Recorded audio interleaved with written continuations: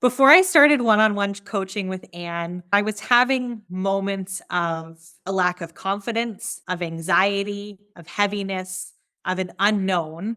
But ultimately, it was feelings that I knew weren't a reflection of who I am as a human, or rather how I wanted to feel. So for me, there was a period of time where I would carry so much stress from work or from some people around me or a comment that was made.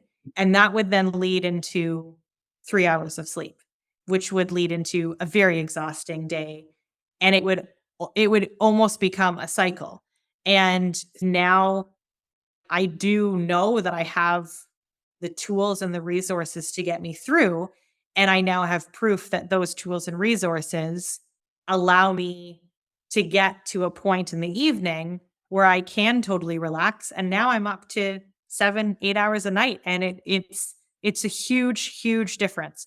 And it shows the power of sometimes just talking it out and understanding a little bit more. I think there's one thing to acknowledge that feelings are important and they're part of who we are as a human being. But I think there's something to be said about understanding how to manage those feelings and how to navigate them as they come in, because sometimes they come in out of left field in a moment where you weren't expecting them, or they catch you at a moment where you already had a handful of other feelings. And working with Anne, I very quickly was able to understand a feeling as it entered.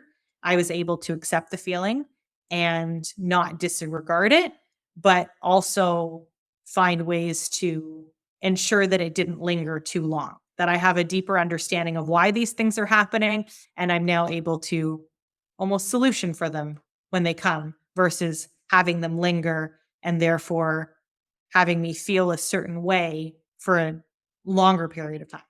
I now understand the correlation between what you're carrying through the day, how you're feeling, and then how it leads into the remainder of the day. I learned to be kind to myself.